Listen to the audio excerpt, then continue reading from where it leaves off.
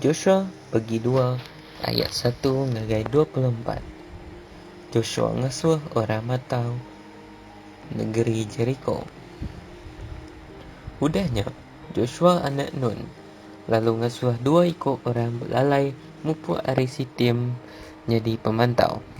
Kok ia mupuk seduai lalu perhatikan menuanya kelebih hagi Jericho. Sedua ia mupuk lalu tamak rumah sikut induk sundal ke bernama Rahab lalu bermalam bak dia. Jadi raja negeri Jericho bisa dipadah ke munyi tok.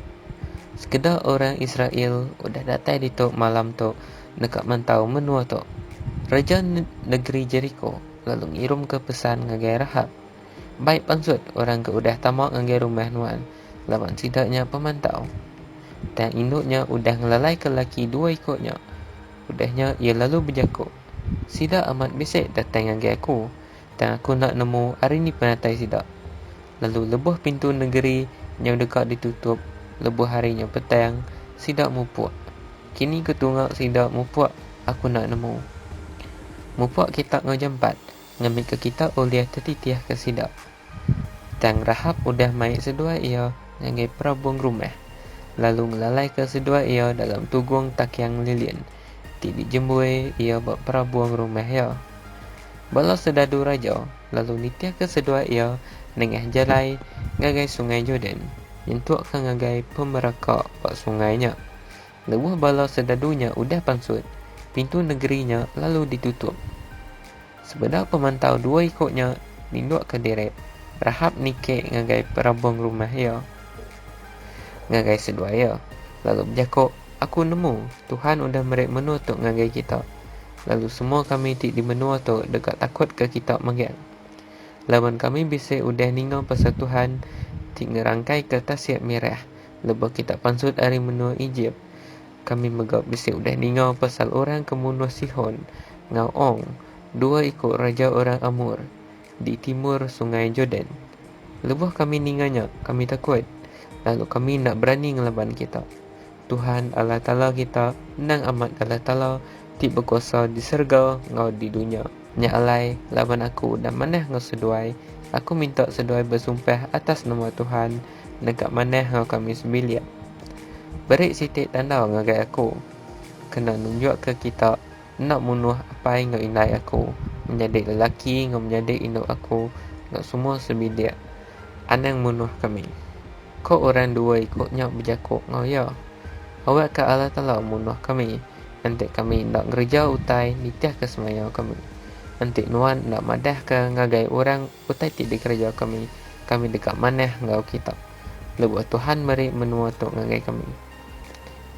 Jadi rumah Rahab digagak dalam dinding kota negeri. Nya alai Rahab ngulur ke sedua ia ngenak tali nengah jenila. Ko Rahab berjakuk, mupuk seduai ngagai menua ti berbukit. Ngambil kepala sedadu hendak tertemu ke seduai. Belalai 3 hari dia. Datai ke sidak udah pulai. Nyak baru seduai tahu angkat arindurnya. Ke seduai ya berjakuk ngau ya. Kami dekat ngamat ke semaya. Tidak asuh nuan.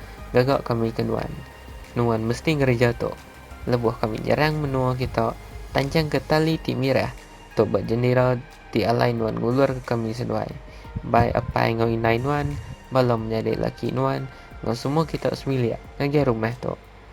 Sebarang siapa pansut dari rumah tok ngagai jalai raya dekat bertanggungjawab ke pemati yang pu.